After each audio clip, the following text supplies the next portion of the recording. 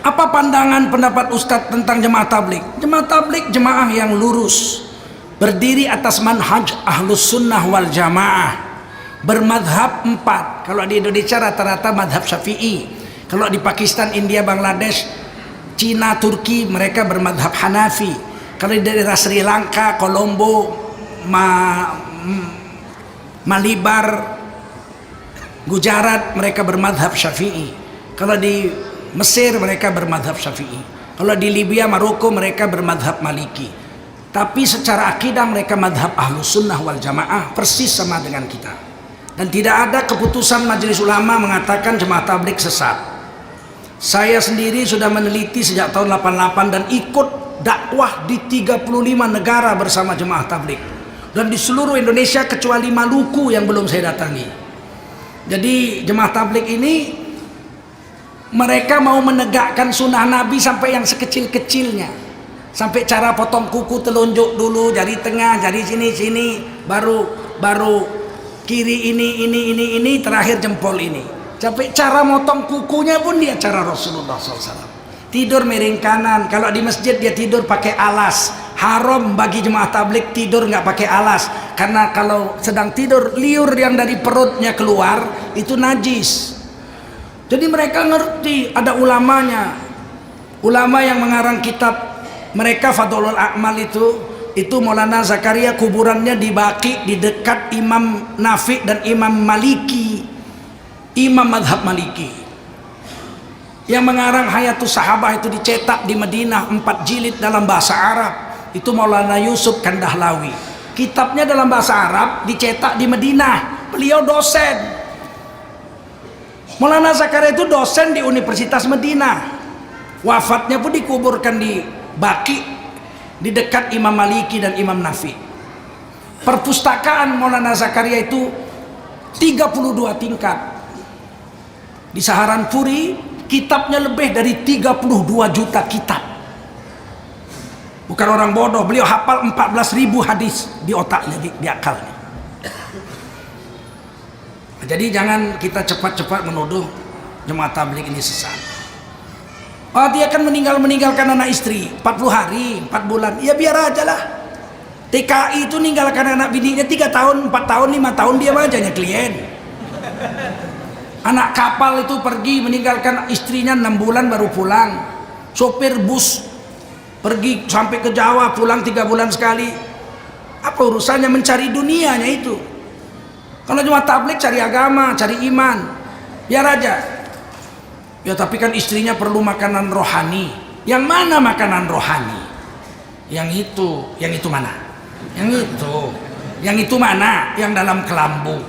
Itu makanan rohana, itu bukan makanan rohani. Makanan rohani itu agama. Ya ayyuhalladzina amanu qu anfusakum wa ahlikum naro. Jaga anak istrimu dari neraka, ajarin dia agama, ajak dia sholat, wajibkan dia tutup aurat, beri makanan yang halal, ajari dia zikir, bawa dia umroh, pergi haji.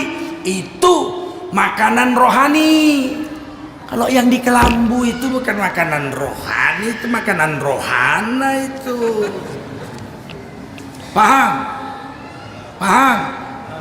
Harus kita bantu jemaah tabligh. Setiap masjid mesti menyediakan dapur untuk mereka masak, beri kamar mandi untuk mereka cuci pakaian. Seharusnya yang nyuci pakaiannya kita, yang beri makan dia kita, karena 3 hari tamu wajib diberi makan. Baru wali kota Bengkulu yang mengeluarkan surat, seluruh tamu jemaah tabligh yang datang ke Bengkulu wajib diberi makan 3 hari di masjid masing-masing. Baru wali kota Bengkulu. Ini tentang tabligh. Yang diajaknya bagusnya, preman-preman lagi mabuk, datang dia, assalamualaikum. Marah preman tuh, tapi nggak bisa bilang apa-apa. Waalaikumsalam. Saya pernah ikut itu. Masih remaja-remaja lah saya. Udah kuliah, udah di dosen, tapi belum kawin.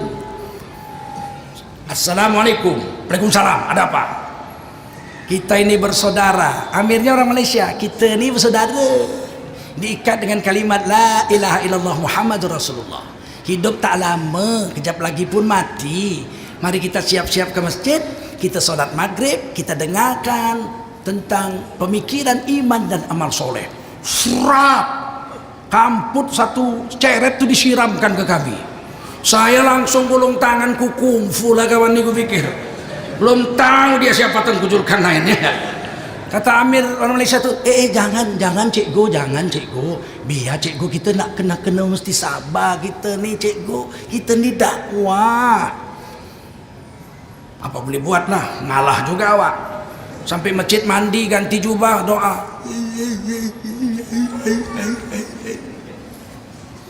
Tengah malam jam 2 atau jam 1 datang orang menggedor-gedor masjid tengah malam. Ampun, ampun. Siapa ampun ini? Sekali dibuka yang menyiramkan kamput tadi. Ampun, tolong. Cium kaki minta ampun. Kenapa?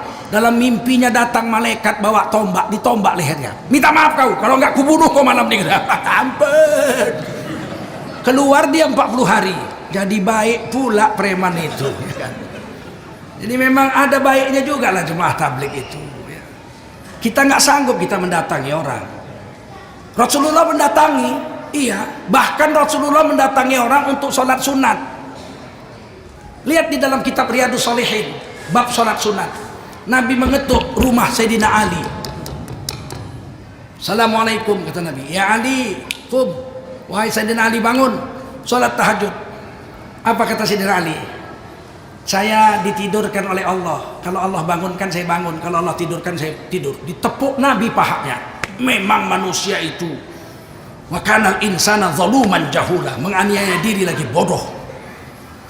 Bayangkan kalau jemaah tabligh ketuk pintu rumah kita tengah malam. Tahajud. Kurasa ditangkap polisi semua langsung. Masih dibawanya kita sholat maghrib ke masjid, bagus lah itu. Ya enggak? Bapak kita aja nggak mau ngajak kita ke masjid sholat maghrib. Lebih baik orang itu sudahlah. Kalau kita nggak mau, kita diam. Kalau kita mau ikut-ikut, bantu mereka sekuat tenaga. Mudah-mudahan seluruh Islam Indonesia ini bangkit. Kalau orang Islam Indonesia bikin dakwah macam jemaah tabligh itu, ada 230 juta rakyat Indonesia yang Islam. Kalau 20 juta orang aja, 1/10 saja bikin dakwah keliling dunia, seluruh dunia orang Indonesia semua di mana-mana. Jemaah tabligh ini yang paling banyak mengislamkan orang di Amerika, di Eropa sekarang ini. Rata-rata orang-orang Eropa itu masuk Islam gara-gara jemaah tabligh. Termasuk Mikhail Abdul Aziz, Mike Tyson, itu masuk Islam karena dakwahnya orang-orang jemaah tabligh.